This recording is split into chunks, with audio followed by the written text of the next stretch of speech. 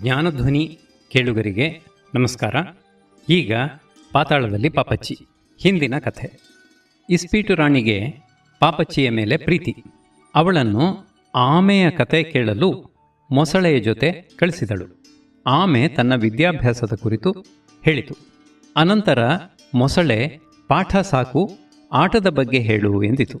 ಆಮೆ ಕರಿಯ ಮೀನು ಆಟ ಆಡುವ ವಿಧಾನ ತಿಳಿಸಿದ ಮೇಲೆ ಮೊಸಳೆಯ ಜೊತೆ ಸೇರಿ ಹಾಡುತ್ತಾ ಎರಡೂ ಕರಿಯ ಮೀನು ಕುಣಿತ ತೋರಿಸಿ ಆಯಾಸಪಟ್ಟವು. ನಿಮ್ಮ ಕಥೆಯನ್ನು ಹೇಳಿ ಎಂದು ಪಾಪಚ್ಚಿಯ ಕತೆ ಕೇಳಿದವು. ಪಾಪಚ್ಚಿ ತಾನು ಪಾಠ ಒಪ್ಪಿಸಿದ ಗೋವಿನ ಹಾಡು, ಕಿಂದರಿ ಜೋಗಿ ಪದ್ಯಗಳನ್ನು ತಪ್ಪು ತಪ್ಪಾಗಿ ಹೇಳಿದಳು. ಅಷ್ಟರಲ್ಲಿ ವಿಚಾರಣೆ ಪ್ರಾರಂಭ ಎಂದು ಕೇಳಿ ಅಲ್ಲಿಂದ ಹೊರಟರು. ಇಸ್ಪೀಟು ರಾಣಿ ಮಾಡಿದ ಬೋಂಡ ಮಂತ್ರಿ ಕದ್ದ ಎಂಬುದು ಫಿರ್ಯಾದು. ಟೋಪಿ ಅಂಗಡಿ ವೆಂಕಟರಮಣಪ್ಪ, ಅಮ್ಮಾವರ ಅಡಿಗೆಯವಳು ಸಾಕ್ಷಿಗಳು, 12 ಪ್ರಾಣಿಗಳು ಪಂಚಾಯತರು, ಬಿಳಿ ಮೊಲ ನ್ಯಾಯಸ್ಥಾನದ ಗುಮಾಸ್ತ. ವಿಚಾರಣೆಯಲ್ಲಿ ನಕ್ಕ ಹಂದಿಮರಿಗಳಿಗೆ ತದುಕಿದರು. ಮುಂದಿನ ಸಾಕ್ಷಿಯಾಗಿ ಪಾಪಚ್ಚಿಯನ್ನೇ ಕರೆದರು. ಅಧ್ಯಾಯ 15. ಲೇ ರಾಕ್ಷಸಿ, ಇಲ್ಲಿದ್ದೇನೆ ಎಂದು ಹೇಳಿಕೊಂಡು ಪಾಪಚ್ಚಿ ಮುಂದಕ್ಕೆ ಬಂದು ಸಾಕ್ಷಿಗಳು ನಿಲ್ಲಬೇಕಾದ ಜಾಗದಲ್ಲಿ ನಿಂತಳು. ಅಣಬೆಯ ಒಂದು ಸಣ್ಣ ಚೂರು ಉಳಿದಿದ್ದುದನ್ನು ಅವಳು ಮುಂದಕ್ಕೆ ಹೆಜ್ಜೆ ಇಟ್ಟಾಗಲೇ ತಿಂದದ್ದರಿಂದ ಅಲ್ಲಿ ನೆರೆದಿದ್ದ ಎಲ್ಲರಿಗಿಂತಲೂ ಅವಳು ಎತ್ತರವಾಗಿದ್ದಳು. ಒಳ್ಳೆಯದೇ ಆಯಿತು. ಏಕೆಂದರೆ ಯಾರು ಏನು ಹೆದರಿಸಿದರೂ ಅವಳು ಹೆದರುವ ಹಾಗಿರಲಿಲ್ಲ. ತಾನು ಹೇಳಬೇಕಾದ್ದನ್ನು ಅಂಜಿಕೆಯಿಲ್ಲದೆ ನ್ಯಾಯಸ್ಥಾನದ ಮುಂದಿಡಲು ಅವಳಿಗೆ ಸುಲಭವಾಯಿತು. ಆದರೆ ಮೊಟ್ಟ ಮೊದಲು ಒಂದು ಸಣ್ಣ ಅನಾಹುತ ನಡೆಯಿತು. ಅವಳು ಮುಂದೆ ಹೋದ ರಭಸದಲ್ಲಿ ಅವಳ ಲಂಗದ ಅಂಚು ತಗುಲಿ ಪಂಚಾಯತರೆಲ್ಲರೂ ನೆಲಕ್ಕೆ ಬಿದ್ದರು. ಬಳಪವನ್ನು ಕಳೆದುಕೊಂಡು ಬೆರಳಿನಿಂದ ಬರೆಯುತ್ತಿದ್ದ ಸಣ್ಣಪ್ಪನಿಗೆ ಎಲ್ಲರಿಗಿಂತ ಹೆಚ್ಚು ಪೆಟ್ಟಾಯಿತು. ಎಲ್ಲರನ್ನೂ ಅವರವರ ಜಾಗದಲ್ಲಿ ಕೂಡಿಸಿದ ಮೇಲೆ ಮುಂದಿನ ಮಾತು ಎಂದು ರಾಜನು ಹೇಳಿದನು. ದೇವರ ದಯೆಯಿಂದ ರಾಣಿಗೆ ಕೋಪ ಬರಲಿಲ್ಲ. ಅವಳು ನಗುತ್ತಿದ್ದಳು. ಪಾಪಚ್ಚಿ ಎಲ್ಲರನ್ನೂ ಎತ್ತಿ ಅವರವರ ಕುರ್ಚಿ ಮೇಲೆ ಕೂಡಿಸಿ ಕೈಗೆ ಸ್ಲೇಟನ್ನು ಬಳಪವನ್ನು ಕೊಟ್ಟಳು. ಸಣ್ಣಪ್ಪನನ್ನು ಮಾತ್ರ ತಿಳಿಯದೆ ಬೆನ್ನ ಮೇಲೆ ಮಲಗಿಸಿಬಿಟ್ಟಿದ್ದಳು. ಅದರ ಒದ್ದಾಟ ನೋಡಲಾರದೆ ಗುಮಾಸ್ತೆ ಹೋಗಿ ಸರಿಪಡಿಸಿದನು. ರಾಣಿ ಮತ್ತೆ ಮುಖವನ್ನು ಕೆಂಪಗೆ ಮಾಡಿಕೊಂಡು ಕುಳಿತಳು. ಬೋಂಡ ಕದ್ದ ವಿಷಯವಾಗಿ ನಿನಗೆ ಏನು ಗೊತ್ತಿದೆ ಹೇಳು ಎಂದು ರಾಜನು ಪಾಪಚ್ಚಿಯನ್ನು ಕೇಳಿದನು. ಏನೂ ಗೊತ್ತಿಲ್ಲ ಸಾರ್ ಎಂದು ಪಾಪಚ್ಚಿ ಬಹಳ ತಾಳ್ಮೆಯಿಂದ ಉತ್ತರ ಕೊಟ್ಟಳು. ಒಂದು ತೃಣವೂ ಎಂದು ರಾಜನು ಮತ್ತೆ ಒತ್ತಿ ಕೇಳಿದನು. ಒಂದು ತೃಣವೂ ಗೊತ್ತಿಲ್ಲ ಎಂದು ಪಾಪಚ್ಚಿ ಒತ್ತಿ ಹೇಳಿದಳು. ಹಾಗಾದರೆ ಈ ಹುಡುಗಿ ಈ ವಿಚಾರಣೆಗೆ ಬಹಳ ಪ್ರಧಾನವಾದ ಸಾಕ್ಷಿ ಎಂದು ರಾಜನು ಪಂಚಾಯತರ ಕಡೆಗೆ ತಿರುಗಿ ಹೇಳಿದನು. ಅವರೆಲ್ಲರೂ ಕೂಡಲೇ ತಲೆಬಗ್ಗಿಸಿಕೊಂಡು ಬಿರುಬಿರನೆ ಬರೆಯತೊಡಗಿದರು. ಬಿಳಿಯ ಮೊಲವು ರಾಜನ ಹತ್ತಿರ ಸರಿದು, ಮಹಾಸ್ವಾಮಿ, ಈಗ ಅಪ್ಪಣೆ ಕೊಡಿಸಿದ್ದು ಪ್ರಧಾನವಾದ ಸಾಕ್ಷಿ ಅಂತಲೋ ಅಥವಾ ಅಪ್ರಧಾನವಾದ ಸಾಕ್ಷಿ ಅಂತಲೋ ಎಂದು ಕೇಳಿತು. ಹೌದು, ಅಪ್ರಧಾನ ಅಲ್ಲ, ಪ್ರಧಾನ, ಹೌದು ಎಂದು ರಾಜನು ಆಕಳಿಸುತ್ತಾ ಉತ್ತರ ಕೊಟ್ಟನು. ರಾಜನಿಗೆ ಆಗಲೇ ಹಸಿವು, ಬೇಸರಿಕೆ, ನಿದ್ದೆ. ಕೆಲವು ಪಂಚಾಯತರು ಪ್ರಧಾನ ಎಂದು, ಕೆಲವರು ಅಪ್ರಧಾನ ಎಂದು, ಇನ್ನೂ ಕೆಲವರು ಹೌದು ಅಲ್ಲ ಎಂದು ಬರೆದುಕೊಂಡರು. ಆಗ ರಾಜನು ವಿಚಾರಣೆಯನ್ನು ಮುಗಿಸಲು ಒಂದು ಉಪಾಯವನ್ನು ಕಂಡುಹಿಡಿದನು. ಹೇಗಾದರೂ ಮಾಡಿ ಪಾಪಚ್ಚಿಯನ್ನು ಕಳುಹಿಸಿಬಿಟ್ಟರೆ ವಿಚಾರಣೆ ಬೇಗ ಮುಗಿಯುವುದೆಂದು ಅವನ ಊಹೆ. ತನ್ನ ಮೇಜಿನ ಮೇಲಿಂದ ಅವನು ಒಂದು ಹಳೆಯ ಓಲೆಗರಿ ಗ್ರಂಥವನ್ನು ತೆಗೆದು ಎದ್ದು ನಿಂತು, ಎಲ್ಲರೂ ಕೇಳಿ, ನಮ್ಮ ದೇಶದ ಕಾನೂನು 433ನೇ ಸೆಕ್ಷನ್ ಪ್ರಕಾರ 3 ಮೊಳಕ್ಕಿಂತ ಎತ್ತರ ಇರುವವರು ಯಾರೂ ನ್ಯಾಯಸ್ಥಾನದಲ್ಲಿ ಇರಬಾರದು. ಆದ್ದರಿಂದ ಅಂಥವರೆಲ್ಲರೂ ಈಗಲೇ ಹೊರಡತಕ್ಕದ್ದು ಎಂದು ಕೂಗಿ ಹೇಳಿದನು. ಸರ್ವರೂ ಪಾಪಚ್ಚಿಯ ಕಡೆ ದುರುದುರನೆ ನೋಡಿದರು. ಆದರೆ ಪಾಪಚ್ಚಿ, ನಾನು 3 ಮೊಳ ಇಲ್ಲ ಎಂದಳು. ರಾಜನು ಇದೆಯೇ ಎಂದು ಗಟ್ಟಿಯಾಗಿ ಕೂಗಿದನು. ರಾಣಿ 3 ಅಲ್ಲ 30 ಮೊಳ ಎಂದಳು. ಇದ್ದರೆ ಇರಲಿ, ನಾನಿಲ್ಲಿಂದ ಹೊರಡುವುದಿಲ್ಲ. ನೀವೇನು ಮಾಡುತ್ತೀರಿ ನೋಡುತ್ತೇನೆ.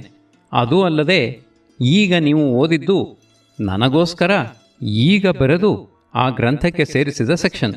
ಕ್ಷಣ ಕ್ಷಣಕ್ಕೂ ಹೀಗೆ ಕಾನೂನನ್ನು ಬದಲಾಯಿಸುವುದು, ಬೇಕಾದಾಗ ಹೊಸದನ್ನು ಸೇರಿಸುವುದು, ಇದು ಯಾವ ಸೀಮೆ ನ್ಯಾಯ ಎಂದು ಪಾಪಚ್ಚಿ ಪ್ರತಿಭಟಿಸಿದಳು.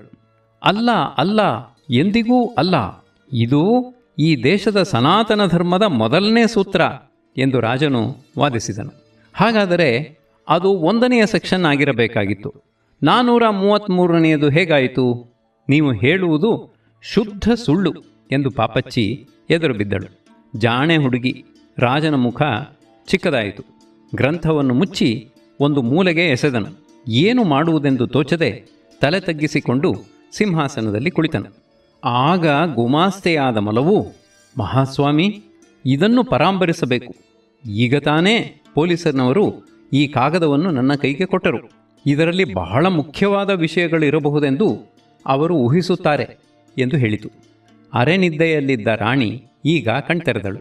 ಅದರಲ್ಲೇನಿದೆ, ಓದಿದೆಯಾ ಎಂದು ಬಹಳ ಆತುರದಿಂದ ಕೇಳಿದಳು. ಮಂತ್ರಿಯ ತಲೆಯನ್ನು ಕತ್ತರಿಸಬೇಕೆಂದು ರಾಜನಿಗಿಂತ ರಾಣಿಗೆ ಹೆಚ್ಚು ಅಭಿಲಾಷೆ ಇದ್ದಂತೆ ಪಾಪಚ್ಚಿಗೆ ತೋರಿತು. ಮೊಲವು, ನಾನಿನ್ನೂ ಇದನ್ನು ಒಡೆದು ನೋಡಲಿಲ್ಲ. ಪ್ರಾಯಶಃ ಅಪರಾಧಿ ತನ್ನ ಗುಂಪಿನವರಿಗೆ ಬರೆದ ಕಾಗದವಾಗಿರಬಹುದು ಎಂದು ಹೇಳಿತು. ಇರಲೇಬೇಕು, ಇರಲೇಬೇಕು. ಕಾಗದ ಬರೆದ ಮೇಲೆ ಅದು ಯಾರಾದರೊಬ್ಬರಿಗೆ ಬರೆದದ್ದಾಗಿಯೇ ಇರಬೇಕು.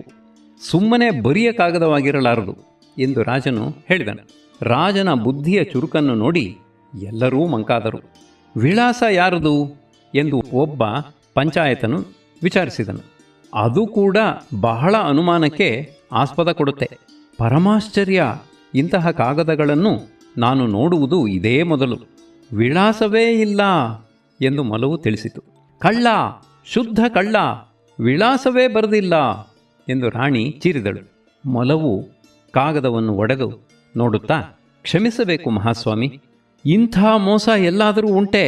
ಇದೊಂದು ಕಾಗದವೇ ಅಲ್ಲ ಮಹಾಸ್ವಾಮಿ, ಬರಿಯ ಶೋಕಗಳು ಮಹಾಸ್ವಾಮಿ, ಕವಿತೆ, ಬುದ್ಧಿ ಎಂದು ಹೇಳಿತು. ಕಳ್ಳ, ಶುದ್ಧ ಕಳ್ಳ, ಕವಿತೆ ಬರೆಯುತ್ತಾನೆ ಎಂದು ರಾಣಿ ಚೀರಿದಳು. ಪಂಚಾಯತರಲ್ಲೊಬ್ಬನಾದ ಸಣ್ಣಪ್ಪ, ಬಿಕಲಂ ಯಾರದು ಎಂದು ಕೇಳಿದ. ನಿಜ, ಅದನ್ನು ಪರೀಕ್ಷಿಸಬೇಕು. ಓ ಬುದ್ಧಿ, ಮಂತ್ರಿಯ ಮೇಲೆ ಗುಮಾನಿ ಹೆಚ್ಚಾಗಲು ಇನ್ನೊಂದು ಕಾರಣ ಸಿಕ್ಕಿತು ಬುದ್ಧಿ. ಇದನ್ನು ಬರೆದಿರುವುದು ಮಂತ್ರಿಯೇ ಅಲ್ಲ ಬುದ್ಧಿ. ತಾನೇ ಬರೆದರೆ ಗೊತ್ತಾಗುತ್ತದೆ ಎಂದು ಇನ್ನೊಬ್ಬನಿಂದ ಬರೆಸಿದ್ದಾನೆ. ಪಂಚಾಯತರೇ, ಇದನ್ನೂ ಗಮನದಲ್ಲಿಡಿ ಎಂದು ರಾಜನು ಹೇಳಿದನು. ರಾಣಿ, ಕಳ್ಳ, ಶುದ್ಧ ಕಳ್ಳ, ಹೇಳಿ ಎಂದಳು. ವಿಚಾರಣೆಯಲ್ಲಿ ಇದುವರೆಗೂ ಯಾವ ಭಾಗವನ್ನೂ ವಹಿಸದೇ ಇದ್ದ ಅಪರಾಧಿ ಈಗ ಬಾಯಿ ತೆರೆದನು. ದೇವರಾಣೆ, ನಾನು ಕವಿತೆಯನ್ನು ಯಾವತ್ತೂ ಬರೆದಿಲ್ಲ. ಜಗದೀಶ್ವರನ ದಯೆಯಿಂದ ಕವಿತೆ ಬರೆಯದೆ ಕಣ್ಮುಚ್ಚಬೇಕೆಂಬುದೇ ನನ್ನ ಹಾರೈಕೆ. ಅದರಲ್ಲಿರುವ ಶೋಕಗಳು ನನ್ನದೆಂದು ನೀವು ಹೇಗೆ ಸಾಧಿಸುತ್ತೀರಿ? ನೋಡುತ್ತೇನೆ. ನಾನು ಬರೆದದ್ದಾದರೆ ಕೊನೆಯಲ್ಲಿ ನನ್ನ ರುಜು ಇರಬೇಕಲ್ಲವೇ? ರುಜು ಇದೆಯೇ ನೋಡಿ ಎಂದು ಮಂತ್ರಿ ಹೇಳಿದನು. ಕವಿತೆ ಎಂದರೆ ಅವನಿಗೇಕೆ ಇಷ್ಟು ಕೋಪ ಎಂದು ಪಾಪಚ್ಚಿ ಆಶ್ಚರ್ಯಪಟ್ಟಳು. ರಾಜನು, ರುಜು ಇಲ್ಲ, ಆದ್ದರಿಂದಲೇ ನಿನ್ನ ಮೇಲೆ ಅನುಮಾನ ಹೆಚ್ಚುತ್ತಿದೆ. ಬರದಾಗಲೇ ರುಜು ಹಾಕದೆ ಈಗ ರುಜು ಎಲ್ಲಿ ಎಂದು ಬೇರೆ ಕೇಳುತ್ತೀಯೇ? ಹಾಕಬೇಕಾಗಿತ್ತು, ಹಾಕದಿರುವುದು ಇನ್ನೊಂದು ಅಪರಾಧ. ಪಂಚಾಯತರೇ, ಬರೆದುಕೊಳ್ಳಿ ಎಂದು ಹೇಳಿದನು. ಎಲ್ಲರೂ ರಾಜನ ನ್ಯಾಯಕ್ಕೆ ಮೆಚ್ಚಿ ಚಪ್ಪಾಳೆ ತಟ್ಟಿದರು. ರಾಣಿ, ಕಳ್ಳ, ಶುದ್ಧ ಕಳ್ಳ, ಬೋಂಡ ಕದ್ದವನು ಇವನೇ ಎಂದು ಸ್ಪಷ್ಟವಾಗಿದೆ, ಅವನ ತಲೆಯನ್ನು ಎಂದು ಹೇಳುವುದರೊಳಗೆ ಪಾಪಚ್ಚಿ, ಒಂದು ಚೂರೂ ಸ್ಪಷ್ಟವಾಗಿಲ್ಲ, ನೀವೆಲ್ಲರೂ ಹುಚ್ಚರೆಂಬುದು ಮಾತ್ರ ಸ್ಪಷ್ಟವಾಗಿದೆ ಅಷ್ಟೇ. ಆ ಶ್ಲೋಕಗಳನ್ನು ಇನ್ನೂ ಓದಿ ನೋಡಲಿಲ್ಲ, ಅಷ್ಟರೊಳಗೆ ತಲೆ ಕತ್ತರಿಸಬೇಕಂತೆ, ತಲೆ ಎಂದು ಧೈರ್ಯವಾಗಿ ಹೇಳಿಬಿಟ್ಟಳು. ಎಲ್ಲರೂ ಸ್ತಬ್ಧರಾದರು. ಓದು ಕತ್ತೆ ಎಂದು ರಾಜನ ಅಪ್ಪಣೆಯಾಯಿತು. ರಾಜನ ಕನ್ನಡಕವನ್ನು ಮೂಗಿನ ಮೇಲೇರಿಸಿ ಮೊಲವು, ಎಲ್ಲಿಂದ ಪ್ರಾರಂಭಿಸಲಿ ಎಂದು ಕೇಳಿತು. ಮೊದಲನೆಯ ಶ್ಲೋಕದ ಮೊದಲನೆಯ ಪಂಕ್ತಿಯ ಮೊದಲನೆಯ ಅಕ್ಷರದಿಂದ ಪ್ರಾರಂಭಿಸಿ ಕೊನೆಯ ಪಂಕ್ತಿಯ ಕೊನೆಯ ಅಕ್ಷರದ ತನಕ ಓದು, ಅನಂತರ ಬಾಯಿ ಮುಚ್ಚು ಎಂದು ರಾಜನು ಆಜ್ಞಾಪಿಸಿದನು. ಮೊಲವು ಶ್ಲೋಕಗಳನ್ನು ಓದುತ್ತಿದ್ದಾಗಲೇ ಮಧ್ಯೆ ಮಧ್ಯೆ ರಾಜನು ಅವುಗಳಿಗೆ ಟೀಕೆ ಮಾಡುತ್ತಾ ಬಂದನು. ಪಂಚಾಯತರು ಬಿರುಬಿರುನೆ ಬರೆದುಕೊಂಡರು. ಸ್ಲೇಟಿನ 2 ಭಾಗಗಳೂ ಬರೆದು ಮುಗಿದರೆ ಒಂದು ಕಡೆಯನ್ನು ಒರೆಸಿ ಮತ್ತೆ ಬರೆಯುತ್ತಿದ್ದರು. ನೀನಿಂದಲ್ಲಿಗೆ ಹೋಗಿಹೆಯಂತೆ ನನ್ನನ್ನವರಿಗೆ ಹಿಡಿಯಲು ಬರದು, ನನ್ನೀ ಬಾಳನ್ನು ಹೊಗಳಿಹಳಂತೆ ನನ್ನಿಯ ನುಡಿಯಿದು ಈಜಲು ಬರದು. ರಾಜನು, ನಿನಗೆ ಈಜುವುದಕ್ಕೆ ಬರುತ್ತದೆಯೇ ಎಂದು ಮಂತ್ರಿಯನ್ನು ಕೇಳಿದನು. ಬರುವುದಿಲ್ಲ ಮಹಾಸ್ವಾಮಿ ಎಂದು ಅವನು ಉತ್ತರ ಕೊಟ್ಟಾಗ, ಪಂಚಾಯತರೇ ಬರೆದುಕೊಳ್ಳಿ, ಬಹಳ ಮುಖ್ಯವಾದ ಸಂಗತಿ ಎಂದು ರಾಜನು ಅವರನ್ನು ಎಚ್ಚರಿಸಿದನು. ನಾವು ಹೋಗಲಿಲ್ಲವೆಂದು ಅವನಿಗೀಗ ತಿಳಿಸಿದೆ, ಇಂತಹವು ಒಳ್ಳಿತೆಂದು ನಾವುಗಳು ಕಂಡೆವು. ಓಹೋ, ಇಂಥ ಬೋಂಡಗಳು ಒಳ್ಳಿತೆಂದು ಕಂಡನಂತೆ ಎಂದು ರಾಜನು ಹೇಳಿದನು. ಅವಳೀ ಕಾರ್ಯದಿ ಹಠವನ್ನು ಹಿಡಿದರೆ ನಮ್ಮಯ ಗತಿ ಏನಾಗುವುದು? ಇದು ರಾಣಿಯನ್ನು ಕುರಿತು ಬರೆದದ್ದು ಖಂಡಿತ. ಪ್ರಿಯೆ, ಕೇಳಿದೆಯಾ? ನಾನವನಿಗೀಗೊಂದು ಅವರೆರಡು ಕೊಟ್ಟರು, 5-6 ಮತ್ತೊಂದು ಇವರದನ್ನು ಮುಟ್ಟರು. ಇದು ಬೋಂಡದ ಹಂಚಿಕೆಯ ಒಳಸಂಚು. ನಿನ್ನೆ ಮನೆಗೆ ಹೋದವವು ನನ್ನಲ್ಲಿಗೆ ಹಿಂದಿರುಗಿದವು. ಹೌದು, ಬೋಂಡ ಎಲ್ಲ ಇಲ್ಲೇ ಇವೆಯಲ್ಲ. ನೀನೇ ಎಂದು ಇದ್ದೇ ನಾನು ಅವಳಿಗೆ ಬೆನ್ನು ಫಣಿ. ಪ್ರಿಯೇ, ಕೇಳಿದೆಯಾ? ಈ ಮಂತ್ರಿ ಬರೆದಿರುವುದನ್ನು. ನಿನಗೆ ಬೆನ್ನು ಫಣಿಯಂತೆ. ಉರಿಯುವ ಬೆಂಕಿಗೆ ಪೆಟ್ರೋಲನ್ನು ಹಾಕಿದ ಹಾಗಾಯಿತು. ಭದ್ರ ಕಾಳಿಯಂತೆ ರಾಣಿ ಚೀರಿದಳು. ಅಲ್ಲಿದ್ದ ಒಂದು ಶಾಯಿ ಕುಡಿಕೆಯನ್ನು ತೆಗೆದು ಪಂಚಾಯತರು ಇದ್ದೆಡೆಗೆ ಎಸೆದಳು. ಅದು ಸಣ್ಣಪ್ಪನ ತಲೆಯ ಮೇಲೆ ಬಿತ್ತು. ಅದರ ಬುರುಡೆ ಅಪ್ಪಚ್ಚಿಯಾಗಿ ಹೋಯಿತು. ಆದರೂ ಪಾಪ ಜಜ್ಜಿ ಹೋದ ನಾಲಿಗೆಯಿಂದ ಮಸಿಯನ್ನು ನೆಕ್ಕುತ್ತಿತ್ತು. ಪಾಪಚ್ಚಿಗೆ ಇದೇನನ್ಯಾಯ ಎನಿಸಿತು. ಯಾರೋ ಬರೆದ ಶ್ಲೋಕಗಳು, ಯಾರ ಮೇಲೋ ಕೋಪ, ಯಾರಿಗೋ ಶಿಕ್ಷೆ. ಅವಳಿಗೆ ಸಹಿಸಲಿಲ್ಲ. ಲೇ ರಾಕ್ಷಸಿ ಎಂದು ರಾಣಿಯನ್ನು ಬೈದಳು. ರಾಣಿಗೆ ಮತ್ತಷ್ಟು ಕೋಪ ಬಂತು. ಮುಚ್ಚು ಬಾಯಿ ಎಂದು ಕೂಗಿ ರೇಗಿದಳು. ಮುಚ್ಚುವುದಿಲ್ಲ ಮಾರಿ ಎಂದು ಪಾಪಚ್ಚಿಯು ಕೂಗಿದಳು. ಏಕೋ ವಿಪರೀತಕ್ಕೆ ಇಟ್ಟುಕೊಂಡಿತು. ಆದದ್ದಾಗಲಿ ಎಂದು ಪಾಪಚ್ಚಿ, ಲೇ ಇಸ್ಪೀಟ್ ರಾಣಿ, ರಾಕ್ಷಸಿ ಎಂದು ಗಹಗಹಿಸಿ ನಕ್ಕಳು. ಆಗ ಸುತ್ತ ನಿಂತಿದ್ದ ಭಟರೆಲ್ಲರೂ, ರಟ್ಟಿನ ಆಳುಗಳೆಂತಿದ್ದ ಸಿಪಾಯಿಗಳೆಲ್ಲರೂ, 5, 2, 9, 8 ಮುಂತಾದ ಜವಾನರೆಲ್ಲರೂ ಒಟ್ಟಿಗೆ ನೆಲದಿಂದ ನೆಗೆದು ಆಕಾಶಕ್ಕೆ ಹಾರಿ ಗಾಳಿಯಲ್ಲಿ ತೂರಾಡಿ ಅವಳ ಮೈ ಮೇಲೆ ಬಿದ್ದರು. ಪಾಪಚ್ಚಿಗೆ ತುಂಬಾ ಕೋಪ, ಭಯ. ಅವಳು ಕಿರಿಚಿದಳು. ಅವರನ್ನು ಓಡಿಸಲು ಅಯ್ಯೋ ಎಂದು ಕೈ ಬೀಸಿದಳು. ಆಗ ಅವಳ ಅಕ್ಕ, ಏಕೆ ಪಾಪಚ್ಚಿ, ಕನಸು ಕಂಡೆಯೇನೆ? ಮರದ ಮೇಲಿಂದ ತರಗೆಲೆ ಬಿದ್ದರೆ ಯಾಕೆ ಹೀಗೆ ಕಿರ್ಚಿಕೊಂಡೆ ಎಂದು ಕೇಳಿದಳು. ಅಷ್ಟು ಹೊತ್ತಿಗೆ ಸರಿಯಾಗಿ ಶಾಮು ಓಡಿ ಬಂದು, ಪಾಪಚ್ಚಿ, ಪಾಪಚ್ಚಿ, ಬಾ ಇಲ್ಲಿ, ನಿನಗೆ ಅಣ್ಣ ಅಂಗಡಿಯಿಂದ ಹಾಲು ಖೋವಾ ತಂದಿದ್ದಾನೆ ಎಂದು ಹೇಳಿದ. ಪಾಪಚ್ಚಿ ಮನೆಯೊಳಕ್ಕೆ ಓಡಿ ಹೋದಳು.